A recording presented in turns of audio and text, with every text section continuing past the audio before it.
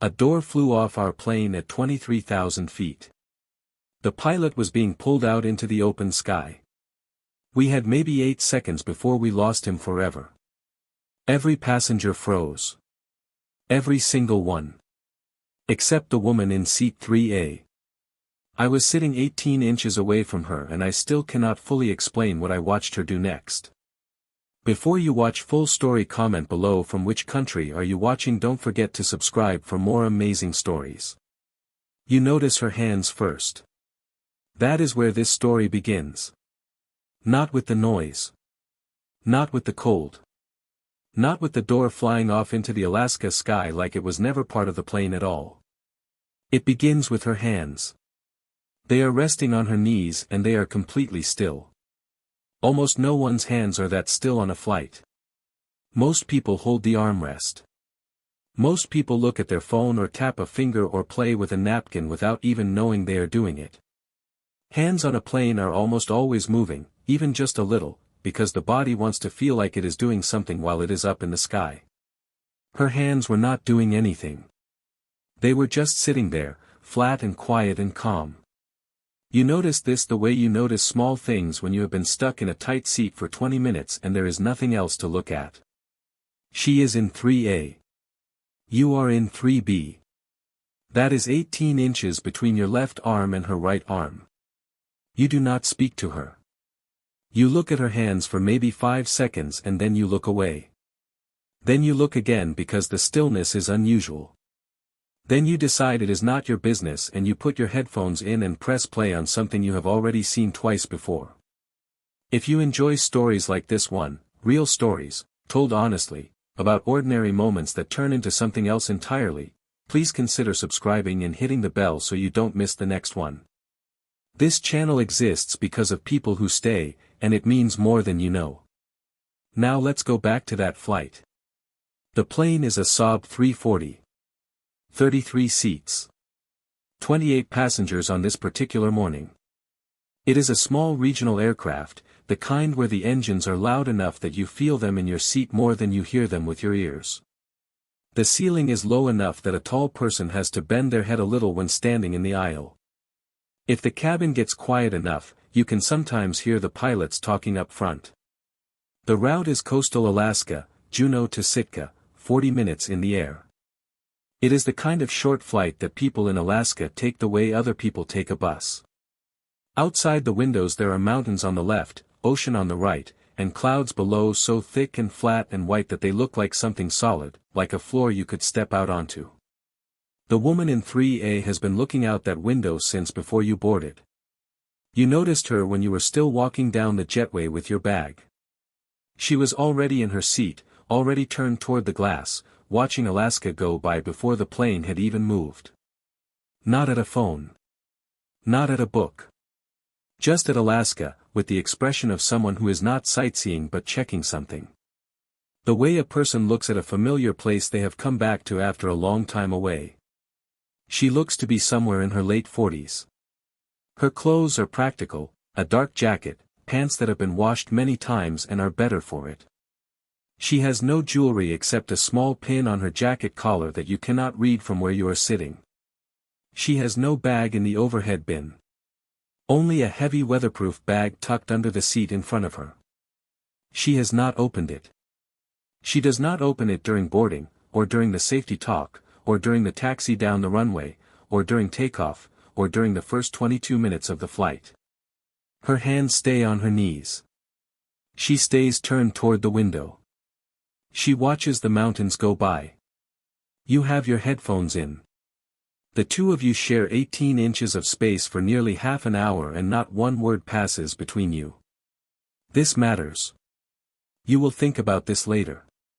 You will think about it more than almost anything else. The flight is smooth at first. The engines are loud but steady.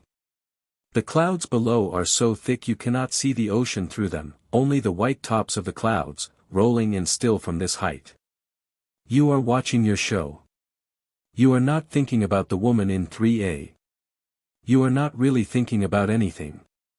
You are as present as most people are on a 40-minute regional flight, which means you are almost entirely somewhere else.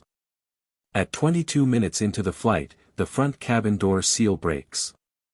It does not break slowly. It does not creak or make any sound before it goes. The door leaves the plane in under 1 second. What follows is a sound and a feeling that your brain cannot make sense of right away, because nothing in your life has prepared you for it. It is beyond loud. Loud is a word for concerts or car crashes or a train going past. What happens in that cabin is not loud in any normal way. It is physical. You feel it in your teeth. You feel it in your eyes.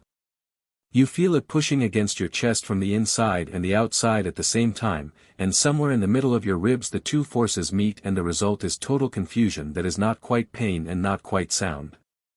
It is just a fact your body receives before your mind can do anything with it. The air pressure in the cabin changes in an instant. A magazine flies sideways off a tray table so fast it is just a blur. A coffee cup. Someone's hat. Loose things move toward the gap where the door was, pulled by the rush of air, and the temperature in the cabin drops 20 degrees in 4 seconds. You feel the cold arrive, sudden and hard, coming in through the hole where the door used to be.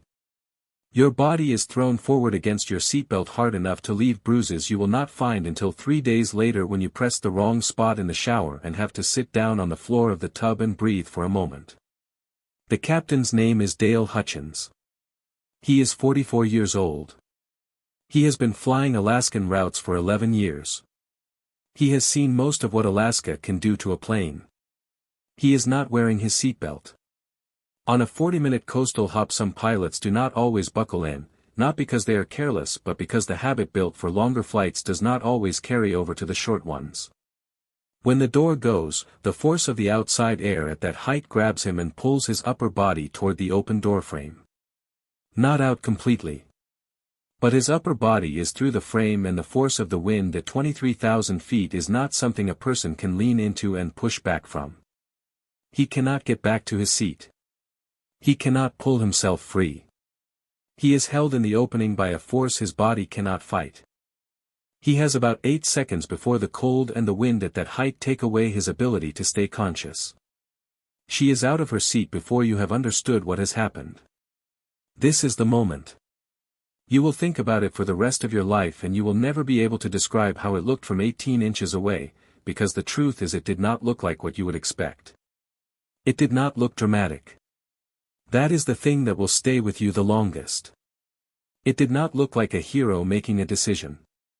It looked like a person who had already made the decision, a long time ago, somewhere else, and was now simply doing what that decision required. She moved the way water moves when you tilt a glass, not fast, not slow, but with the complete certainty of something that only has one direction to go. She moved toward the front of the plane. Toward the noise. Toward the cold. Toward the hole where the door used to be and where the captain's upper body was being pulled into the Alaska sky. You did not move. Your hands found the armrests and held them. That is where you stayed. Her name is Ruth Callan. You do not learn this until later, in the terminal, from another passenger who looked her up on their phone while you were all standing in the quiet dazed way of people who have just come very close to dying. You find out her name in pieces, the way you find out anything real after something like this, not in one clean explanation from someone who has already put the facts in order, but in small bits from different people, put together slowly while your hands are still shaking and the coffee someone handed you is going cold. The flight attendant tells the investigators what she saw. The co-pilot puts it in his statement. A passenger from row 7 finds 3 lines on a Coast Guard archive page and reads them out loud to a small group in the terminal, and the group goes quiet the way groups go quiet when a piece of information arrives that is bigger than the space you have for it. Ruth Callan spent 21 years working as a search and rescue technician with the United States Coast Guard, based in Alaska. 21 years of pulling people out of water so rough it would make this look like a swimming pool. 21 years of holding people on cliff faces in wind that would make this look calm. She retired 14 months ago, not because she was ready, but because a fall during a cliff rescue damaged her left shoulder badly enough that she could no longer do what the job required. Her left shoulder, after surgery and 14 months of getting better, still does not work the way it once did. She has spent 14 months trying to get used to a quiet life that she is still not fully comfortable in. She is on this flight because a former colleague is getting married in Sitka and she said she would be there and she does not break her word. The pin on her jacket collar is a Coast Guard rescue swimmer badge. You could not read it from 3B. The co-pilot, Marcus Yee, recognized at the moment he looked back from the cockpit in the first seconds after the door went and saw a woman moving forward through the cabin while everyone else was pressing themselves back into their seats. Her hands were still on her knees because that is what 21 years of this looks like from the outside. Not tension. Not readiness the way people picture readiness, tight and alert and visibly prepared. Just quiet. A complete quiet that only comes after you have waited for the moment to move so many times, in so many serious places, that your body has stopped showing it on the outside and just carries it inside, like something built into the walls. Now here is what happens in the next 90 seconds, because everything else in this story turns around those 90 seconds. Ruth reaches the captain. Her damaged left shoulder takes on the weight it is not supposed to carry anymore. The air coming through the open doorframe is not wind in any normal sense. It is a constant wall of force, cold and powerful, and it is working against everything she is trying to do. She wraps her arms around the captain and she pulls. The noise at the front of the plane, this close to the opening, is beyond anything ears are built for. The cold arrives the way cold never does indoors, not slowly, not gradually, but all at once, the full Alaska sky coming in through a hole that should not exist, and just staying upright inside it costs something. A man from row 4, you will find out later his name is Brian, that he is a fisherman from Ketchikan, that he has large hands and has spent his whole adult life pulling things against resistance, reaches her within seconds and puts his hands in alongside hers. The flight attendant gets there a moment after that. 3 people pulling together. The captain comes back through the doorframe. He is unconscious. There is a cut on the side of his head. He is alive. They lower him to the floor of the aisle. Then Ruth stands up, looks toward the cockpit, and moves. In the cockpit, Marcus Yee is 29 years old. He has been flying commercially for 18 months. He has just lost his captain and his front door. He is flying a damaged plane at 23,000 feet above the Gulf of Alaska with a hole where the door used to be, and the sound of that hole is coming into the cockpit, a constant roar that no pilot is ever supposed to hear. He is doing what his instructor told him to do on his very first solo flight: think about the next thing, and then the thing after that, and do not ask yourself whether you can do it. He cannot leave the controls. He is flying with one hand and reaching for the emergency checklist with the other. He is not thinking about whether he is capable of this because that question no longer matters. He has already moved past the moment where that question could have stopped him. He is 29 years old and he is alone in a cockpit that is supposed to have 2 people in it. Outside the windows the Gulf of Alaska is very far below. He is not thinking about this either. He is thinking about the next thing. Ruth appears in the cockpit doorway. She does not go in. She stands in the frame, in the space between the cockpit and the broken cabin, and she asks you one question. It is the right question. Not whether he is okay. Not what happened. Not anything that would take even half a second of his attention. She asks, "What do you need from me?" He tells her. She does it. She reads him items from the emergency checklist when he needs it. She checks the instrument readings on the gauges he cannot look at while he is flying.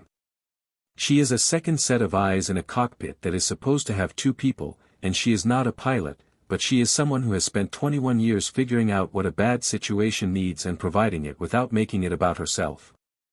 Behind them in the cabin, the plane is going down fast, dropping altitude to get to air that people can breathe. The nose is tilted down in a way that passengers on small planes feel right away and completely.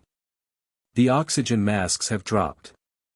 They are simple masks on this aircraft, pull down and breathe, but several passengers are struggling with them because their hands are shaking and their minds are still stuck in the moment the door went. Ruth moves through the cabin in the moments when he does not need her, going row by row, checking each mask, fixing the ones that are not fitting right, bending close and speaking directly into ears because the noise makes normal talking useless. She stops at row 4. Brian, the fisherman from Ketchikan, is sitting with his hands pressed between his knees, shaking in the specific way a body shakes when the adrenaline has finished and gone. It is not exactly fear, the danger is still real and full fear has not had time to arrive yet, it is more like the body running a process it cannot stop on its own. Ruth puts her hand on his shoulder. Not for long. Maybe 3 seconds. She does not say anything. Not "you were brave," not "thank you," not anything that turns the moment into a speech. She puts her hand on his shoulder for 3 seconds and then she moves to the next row. Brian, later in the terminal, when someone asks how he is doing, will start to answer and then stop and look at the floor for a moment. He will say he is fine. He will remember that hand on his shoulder for the rest of his life. In row 6, a retired nurse named Carol has placed herself next to the captain. She identified herself when Ruth walked back through the cabin and asked, clearly and without any panic in her voice, if anyone had medical experience. Carol raised her hand. She is not a young woman. She is frightened. Her hands are as steady as they have ever been. The captain has a pulse. He is too cold and the cut on his head is bleeding and he is not conscious, but he has a pulse. Carol holds his hand and watches his chest rise and fall and calls out his condition when Ruth passes through. You are in 3B.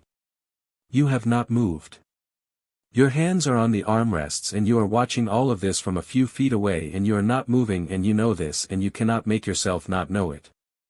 This is the part of this story you will carry. Now think about Marcus Yee. He is flying a plane with a missing front door, an unconscious captain, and 27 passengers, heading toward the nearest runway in Alaska. That runway is Sitka Rocky Gutierrez Airport. It is 6,500 feet long. It is surrounded by water on several sides and mountains on others. It needs careful and exact flying even on a good day. Today is not a good day. The wind is gusting at 31 knots. To land at Sitka from this direction he has to fly between mountains while managing a plane that is not flying the way it should because it is missing a door. He has landed at Sitka many times. He knows this airport the way you know a road you drive every day, not by thinking about it but by feel, by the familiar order of small corrections and the moments where you breathe a little differently. He has never landed it like this. He has never landed anything like this. He is not thinking about any of that. He stopped thinking about it somewhere in the first 30 seconds after the door went. There is a place that certain kinds of training takes a person, a place where the question of whether you can do something has been completely replaced by the doing of it. Marcus Yee is in that place. He is flying the plane. He is not asking the question. He is just doing the next thing and then the next thing after that. His flight instructor would recognize it. Ruth Callan would recognize it. You, sitting in 3B, do not have a word for it yet. But you will spend a long time after this trying to find one. Ruth is in the cockpit doorway. She is reading him checklist items. She is checking altitude readings. She is being the second person in a cockpit that is supposed to have two, and she is not flying, and it is not the same as having the captain back, and it is not nothing. Later, he will say in his statement that he does not know if he would have made it through the checklist correctly without her. He says it simply, the way a person says something true that does not need dressing up. In the cabin the descent is steep enough that your stomach lifts a little with each change. Through the windows, the clouds that were below you are now around you, gray and close and moving past fast. Then the clouds thin out and break and through the gap you see Alaska below. Not the Alaska from earlier in the flight, mountains and ocean seen from a safe and comfortable height. This Alaska is close. The water below is a dark gray-green, the real color of the Pacific in late afternoon when the light is fading. You can see the texture of the water. Not smooth the way it looks from far above, but actual waves with white tops. You can see the trees on the mountains. Individual trees. Which means you are close enough to see individual trees. Which means the height has dropped to a place where things are visible and real and specific. Sitka comes into view. It is small and exact the way Alaskan coastal towns are, wood buildings painted in colors that look brave against all that gray, boats in the harbor, a road following the curve of the water. It is ordinary, and it is the most beautiful thing you have ever seen in your life because it means the ground, and the ground is where you need to be. Then through the front windows you can see the runway. And it does look, from this angle and at this speed, impossibly small, a pale strip of concrete sitting between water and trees and mountains, a thin line of human work placed in the middle of all that wild land. The plane is pointed at it. It is coming up fast. There is nothing to do now but hold on. The landing is hard. Ye brings the plane in fast because you do not take risks with your speed when you do not know exactly how the plane will respond to your inputs, and the wheels hit the runway with a sound and a force that moves through the whole aircraft and through every seat and through every person in every seat. Several passengers cry out, not in pain exactly, but in the release of something the body has been holding for the last several minutes and cannot hold for one more second. Then the plane is slowing. The engines reverse. The runway is going past the windows slower and slower, and the runway is still there, and the plane is in one piece, and it is stopping. It is actually stopping. And outside the windows there are emergency vehicles with flashing lights and people in bright orange vests running toward you across the tarmac, and the light outside is the flat gray of an Alaskan afternoon, and it is the most ordinary light you have ever seen, and you want to put your hands into it. He keeps his hands on the controls. The plane stops. He does not let go right away. He keeps his hands there for a long moment, because the hands need a moment to understand that the work is done. That there is no next thing. That the long line of next things has reached its end. Then he puts his hands in his lap. That is all. That is everything. The back door, the one that is still attached to the plane, opens, and the cold comes in, and people stand up on legs that are not quite steady and file out. The captain is carried out on a stretcher. Carol, the retired nurse from row 6, is holding his hand as they carry him. She holds it until the paramedics take over. Then she steps back and stands on the tarmac in the Alaskan cold and watches them put him in the ambulance. She looks very small and very calm. Ruth Callan walks off the plane carrying her weatherproof bag. She goes straight to the paramedics working on the captain and gives them information, how long he was unconscious, how cold he was when they pulled him from the doorframe, how his condition changed while Carol was watching him in the cabin. She gives them all of this clearly and completely, and then she steps back and lets them work. You watch her from across the tarmac. The emergency lights are flashing. People are moving in every direction. Someone is crying loudly near the terminal door. Somewhere a radio is making the flat crackling sound of emergency communication. You are standing on the tarmac on your unsteady legs, and you are watching this woman who is in 3A give the paramedics exactly what they need and then get out of their way. You want to walk across the tarmac and say something to her. You think you have something to say, or you think you might, though you are not sure you have found the words yet. The feeling is there, clear and strong, and you do not act on it. This is the second time you have not spoken to her. You know this the moment it happens. You feel the weight of it settle onto you in a way that is different from the bruises you will find in the shower 3 days later, heavier, and in a place that will take longer to stop hurting. Inside the terminal it is the kind of chaos that comes after something like this.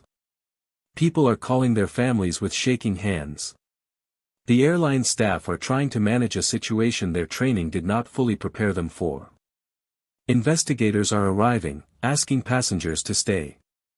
Some passengers are already on their phones trying to rebook flights that do not matter the way they did 2 hours ago. Someone is handing out paper cups of coffee and nobody is drinking it. There is a woman sitting on the floor against the wall with her knees pulled up and her head down, and a man crouching next to her with his hand on her back. They are not talking. Just sitting near each other in that position, which is sometimes the only thing there is to do. You hear Ruth Callan's name for the first time from a passenger who was in row 7. He has found 3 lines on a Coast Guard archive page and he reads them out loud to a small group standing near him, and the group goes quiet the way groups go quiet when a fact arrives that is too big for the space around it. 21 years. Search and rescue. Alaska. A shoulder injury that ended it. 14 months retired. Flying to Sitka for a colleague's wedding. You look down at those 3 lines on your phone and then you look up and she is gone. She is not in the terminal. She is not on the tarmac. She said she would go to a wedding in Sitka and she does not break her word, and Sitka is right outside those terminal doors, and the wedding is still happening somewhere in that small town, and she went to it. You stand in the terminal holding your cold coffee and you try to measure the distance between your seat and her seat. 18 inches. That is the physical number. You have been trying to measure the other distance ever since, the one not made of inches, the one that lives inside a person and decides which way they move when the door flies off the plane and someone needs pulling back. It is not bravery as a simple idea. You have thought about bravery as an idea many times since that afternoon and it has never gotten you anywhere. An idea does not get up from seat 3A and move toward the opening. An idea does not put the right shoulder under the right weight at the right moment. An idea does not ask the pilot the one right question and then do exactly what he says without making it about itself. You cannot think your way to what Ruth Callan did on that plane.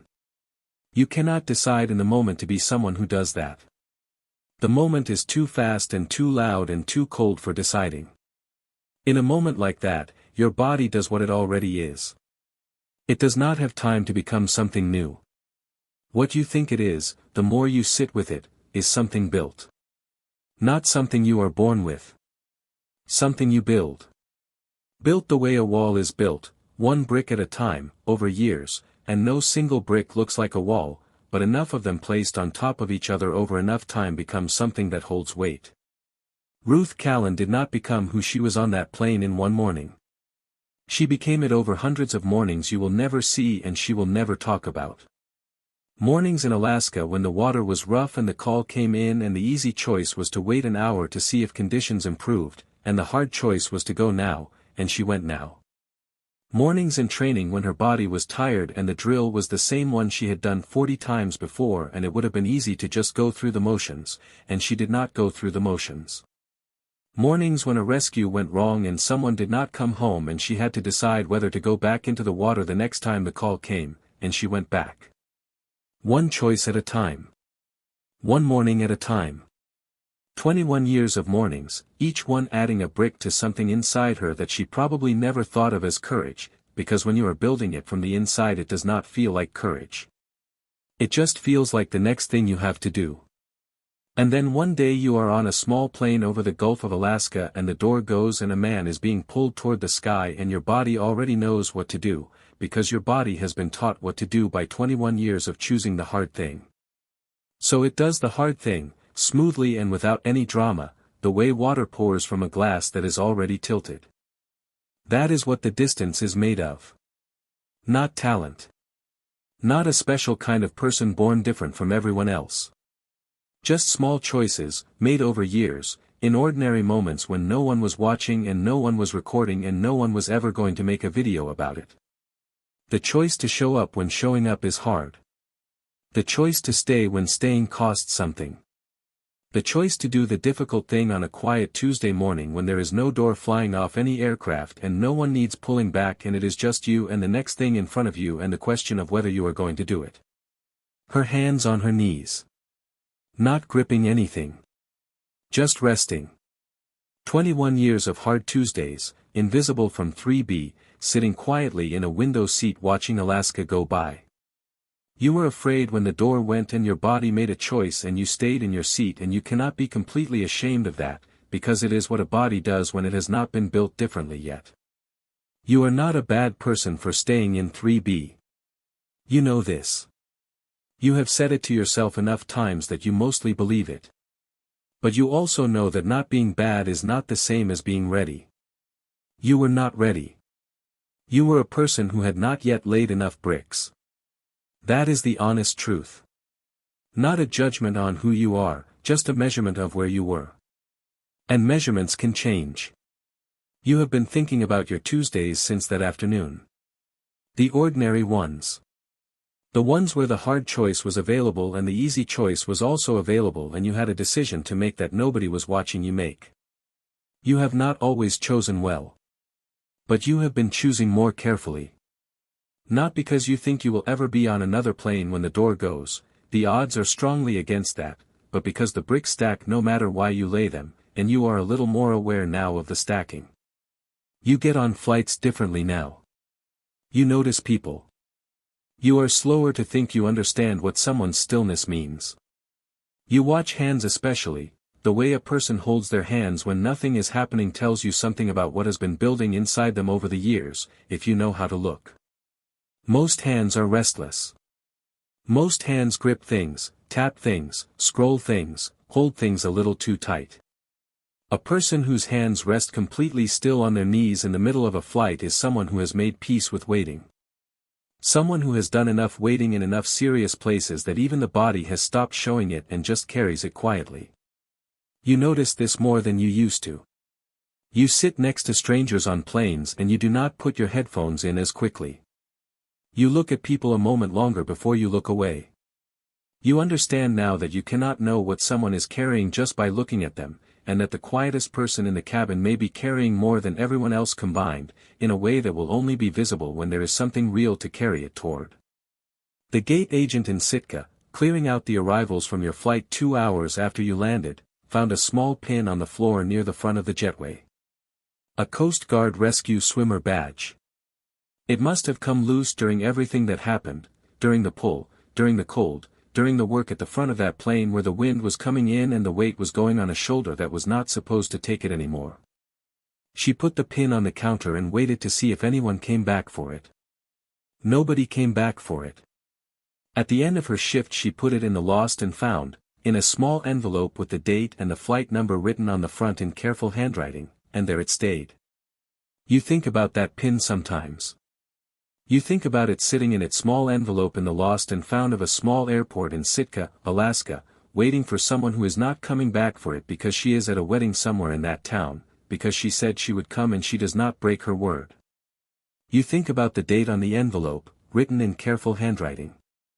You think about all the dates that came before it, all the ordinary days, all the quiet Tuesdays, all the mornings when no one was watching and she chose the hard thing and put one more brick in place and went home and did not think of it as anything other than the next thing she had to do. You think about this, and then the boarding call comes for your next flight, and you stand up, and you get in line, and you notice the hands of the person standing in front of you,